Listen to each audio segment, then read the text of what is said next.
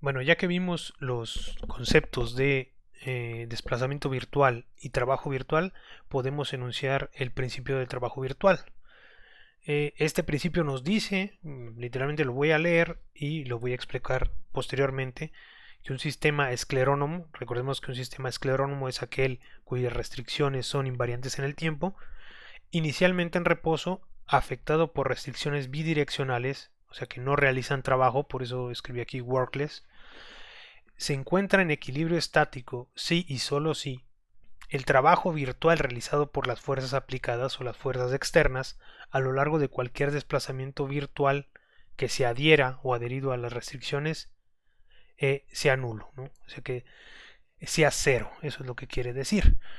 Esencialmente lo que nos está diciendo este principio del trabajo virtual es que en el equilibrio para un sistema mecánico, eh, la suma de fuerzas tiene que ser cero.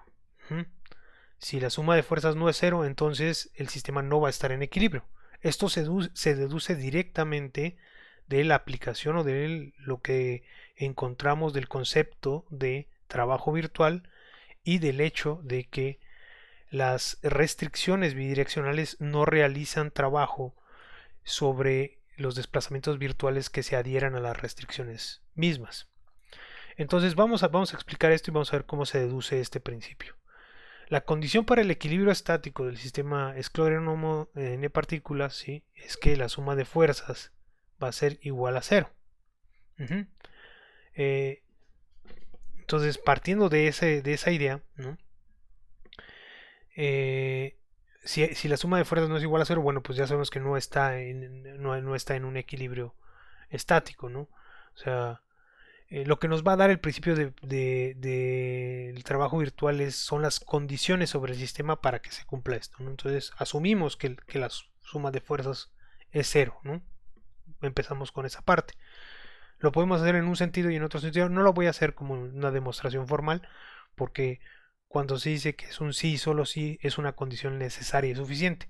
Quiere decir que si se cumple, si se cumple que está en reposo, entonces el trabajo eh, a lo largo de cualquier desplazamiento virtual adherido a las restricciones es nulo, pero en el otro sentido también se debe de cumplir porque es una condición necesaria y suficiente. Entonces, si el trabajo de las fuerzas aplicadas a lo largo de cualquier desplazamiento virtual adherido a las restricciones es nulo, entonces el sistema se encuentra en equilibrio. Entonces es en los dos sentidos, ¿no? O sea, si no se cumple, si se cumple A, entonces se cumple B. Si no se cumple A, entonces no se cumple B. ¿De acuerdo? Entonces parto de que el sistema está en equilibrio, ¿no? La condición para equilibrio es que la suma de fuerzas sea cero. Entonces, si aplico yo la definición del trabajo virtual, la definición del trabajo virtual es que el producto, la suma de estos productos puntos, ¿no? F, I, R, I son vectores. Ahorita no voy a escribir las flechas.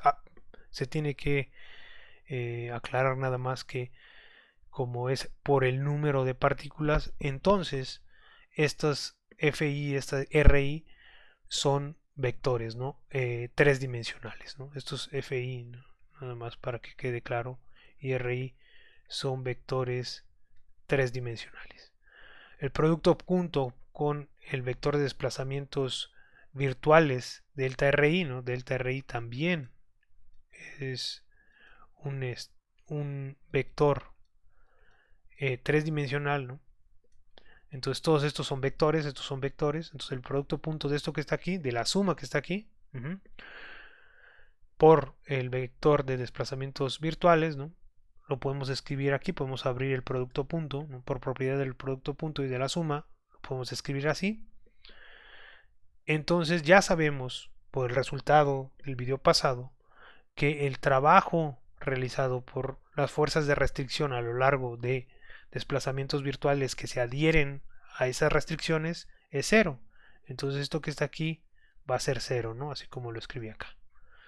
O sea, porque ya sabemos que las fuerzas de restricción van a ser perpendiculares a cualquier desplazamiento virtual.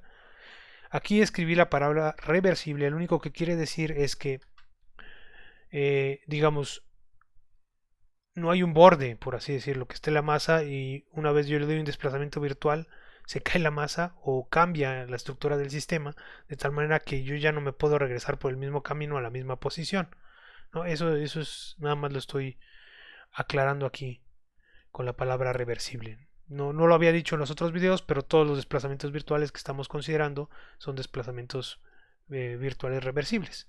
Ok, entonces estas fuerzas de restricción siempre son perpendiculares a los desplazamientos virtuales que se adhieran a las restricciones, ¿no?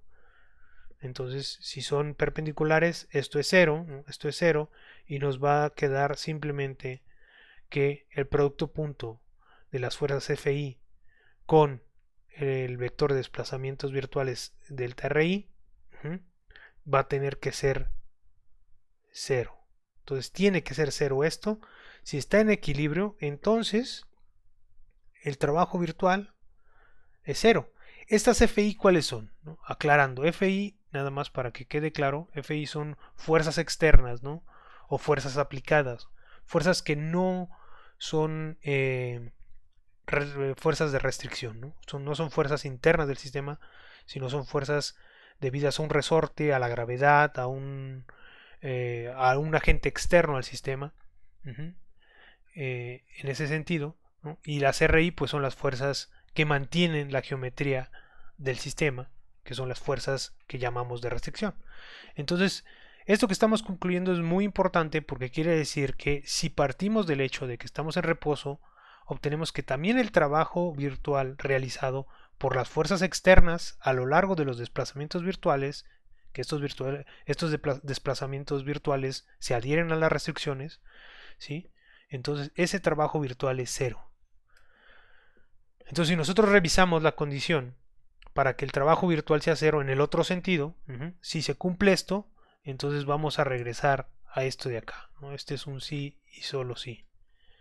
¿Sí? Entonces si se cumple que el trabajo virtual realizado por las fuerzas externas a lo largo de desplazamientos virtuales que se adhieren a las restricciones es cero, entonces estamos en el equilibrio. ¿De acuerdo? Eh, entonces, ¿para qué nos sirve este principio del trabajo virtual? Bueno, pues este principio del trabajo virtual tiene una aplicación muy útil, que es determinar las condiciones estructurales para que un sistema mecánico esté en equilibrio.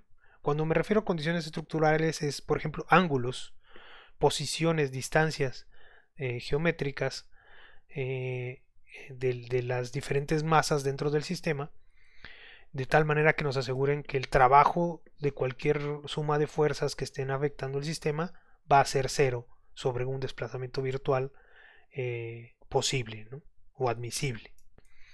Entonces podemos determinar condiciones de estabilidad, ajá, sobre un sistema aplicando eh, este principio de trabajo virtual. Para ejemplificar esto vamos a ver el siguiente sistema, vamos a analizar el siguiente sistema mecánico que consiste de una masa que está sostenida por una barra que no tiene masa, que tiene longitud L, y de un extremo está agarrado por un resorte con un coeficiente de restitución K. Ajá. Y cuando el resorte se encuentra en reposo, la barra se encuentra totalmente de forma horizontal. Entonces quiere decir que conforme el resorte se va tensando, la masa se va moviendo hacia la derecha, más bien la barra se va moviendo hacia la derecha y va descendiendo. Entonces quiere decir que la posición inicial está, digamos que por aquí, entonces está totalmente horizontal la barra, y conforme se empieza a desplazar hacia la derecha, esta posición se empieza a esta posición se empieza a mover, se empieza a hacer hacia a la derecha y la barra se empieza a inclinar, ¿no? Empieza a incrementarse este ángulo. Eh, lo que nos pide aquí es determinar la masa que se necesita para que a un ángulo determinado θ este sistema se encuentre en equilibrio estático. Entonces nos dan un ángulo, para un ángulo dado, cuál es la carga que yo le tengo que poner en este extremo para que esté el sistema en equilibrio estático. De acuerdo. Entonces, si tenemos este sistema, podemos analizarlo poco parecido a lo que vimos en el ejemplo de del trabajo virtual, que analizamos los desplazamientos virtuales. Tenemos que analizar cuáles son las restricciones, ¿no? Entonces podemos declarar aquí un delta R1 y no sé, yo puedo poner acá un delta R2 y lo primero que tenemos que revisar es que estos desplazamientos virtuales, ¿sí?, se adhieran a las restricciones que tenemos. ¿Cuáles son? Bueno, aquí tenemos que esto no se puede mover, no se puede desplazar en X y en Y, están fijos, por así decirlo. Esto no puede subir, pero se puede mover aquí en X, y esto no puede desplazarse en X, pero puede subir y bajar. Entonces, este desplazamiento, ¿no?, tendremos dos restricciones para este, o nos hacen falta la restricción que es a lo largo de la barra, ¿no?, que es como en el caso anterior, como en el ejemplo anterior, que el desplazamiento que hay en este sentido, cualquier desplazamiento que hay en este sentido, se tiene que compensar de este lado. Entonces tenemos para delta R1, tendríamos que el desplazamiento en Y, o sea que el producto punto, delta R1, J, este es el vector unitario en sentido hacia arriba, ¿no?, tiene que ser cero, no puede moverse, no puede haber desplazamiento de este vector, no puede haber un componente, o sea, este no se podría, no podría ser este, porque tiene componente en Y. Y el otro es el del vector unitario, ¿no?, que delta R1, ¿no? Bueno, vamos a revisar el que es equivalente primero acá y al final el que es en conjunto sobre la barra. El otro sería que delta R2, el desplazamiento, el vector de desplazamiento virtual acá, ahora producto punto con Y tiene que ser igual a 0, ¿no? El componente en X tiene que ser 0, forzosamente. Entonces nos hace falta todavía el desplazamiento. Aquí podemos poner, ¿no?, un vector unitario ¿no? Lo puedo escribir como coseno de teta y seno de teta, ¿no? O sea, si yo me muevo en este sentido, este vector que está aquí, un vector unitario, ¿no?, vamos a dibujarlo con otro color, un vector unitario a lo largo de esta barra, tendría los componentes coseno de teta, seno de teta, la norma de esto es 1. Entonces necesitaríamos, ¿no?, que de R1 con producto punto con este tendría que ser igual, ¿no?, al desplazamiento de delta R2 en el mismo sentido, ¿no? Entonces necesitamos que se cumpla esto. De aquí podemos deducir algo. Vamos a pensar que delta R1 le voy a poner los componentes, ¿no? Vamos a ponerle componentes a estos vectores. Le voy a poner delta X. Y le voy a poner aquí, para que esto se cumpla, quiere decir que el componente en J tiene que ser 0. Entonces este sería delta R1. Para que se cumpla este, ¿no?, el de delta R2, vamos a ponerle nombre. Quiere decir que el componente en X tiene que ser 0. Entonces ahí está. Entonces delta R1 solamente tiene componente en X, solamente se puede mover en X. Y delta R2 solamente tiene componente en Y, solamente se puede mover en Y por estas restricciones de aquí.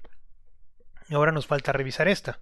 Esta que está aquí, lo que nos dice es lo siguiente, ¿no? Nos dice que delta R1 tiene que sería esto que está aquí, producto punto, ¿no?, con el vector este, sería delta X coseno de teta, tendría que ser igual a delta Y por el seno de teta. Esto es lo que nos dice la restricción que es a lo largo de la barra, ¿no? Quiere decir que el movimiento la proyección de este vector sobre la barra tiene que ser igual a la proyección, ¿no?, de este vector sobre esta barra. Entonces, si yo me muevo hacia acá, este movimiento tiene que ser igual a este de acá. Entonces, aquí está. Y ya tenemos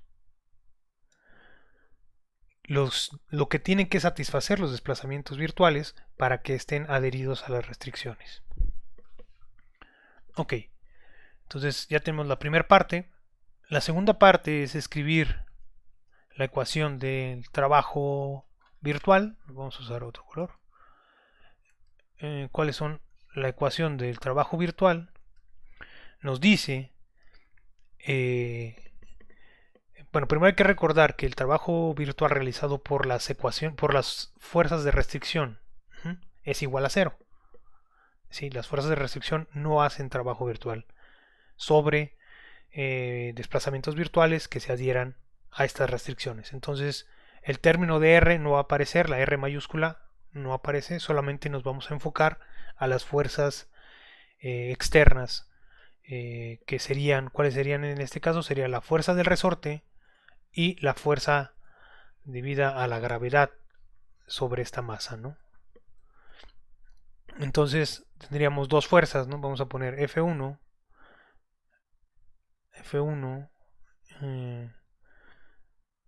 eh, sería K por X, ¿no? Vamos a poner, de hecho podemos escribir todas las fuerzas, ¿no? Pero vamos a escribir F1 sería solamente va en este sentido, sería K por X, 0, de hecho es negativa, va en el sentido negativo del movimiento. F2 sería, aquí es positivo hacia abajo, así como está declarado, sería 0 y mg.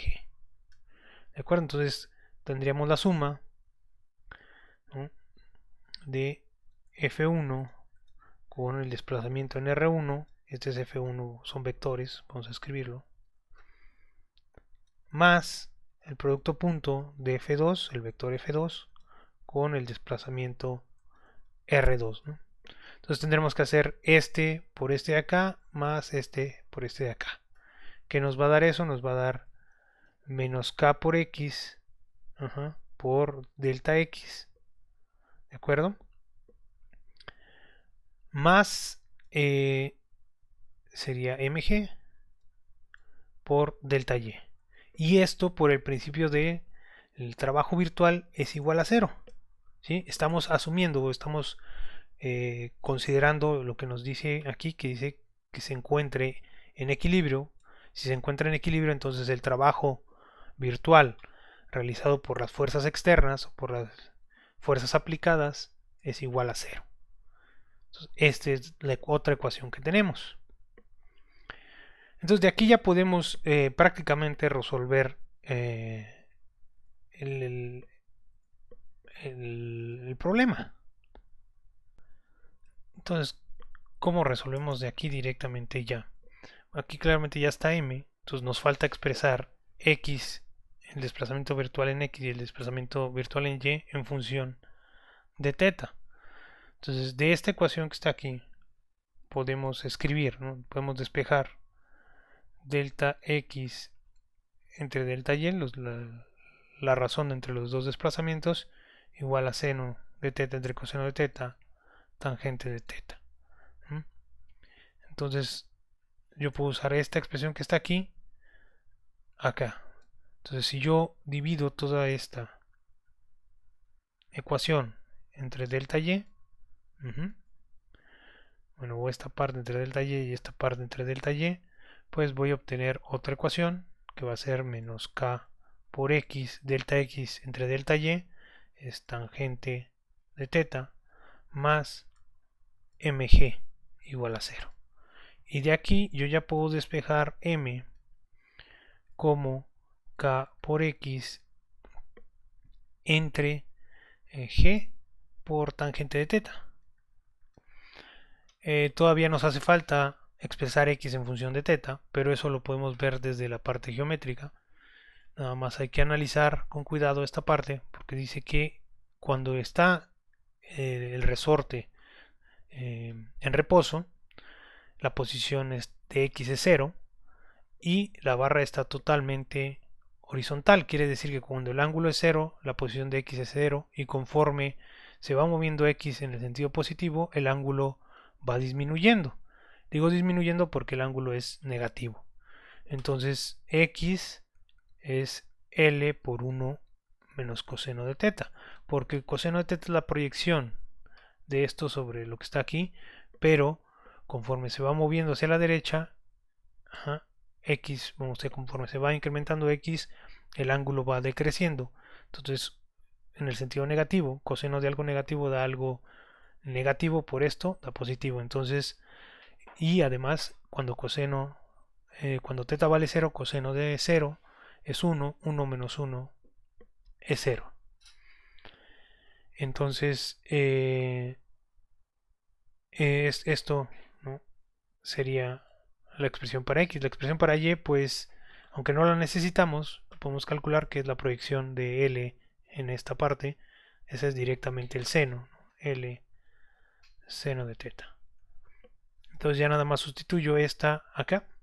Tengo que la masa sería acá por L entre G por 1 menos coseno de teta por tangente de teta.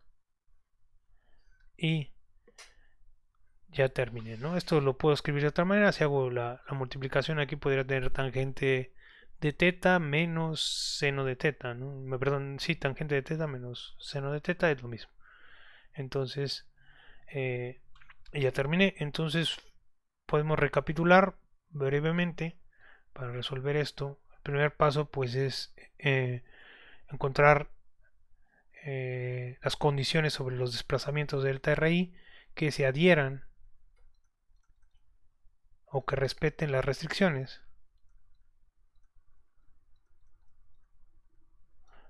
Luego, luego escribimos la ecuación, ¿no?, del principio del trabajo virtual. Esto es para las fuerzas aplicadas. Entonces tiene que satisfacer, las fuerzas aplicadas tienen que satisfacer que el trabajo virtual es 0 cuando estamos en equilibrio. Y 3, resolver para los parámetros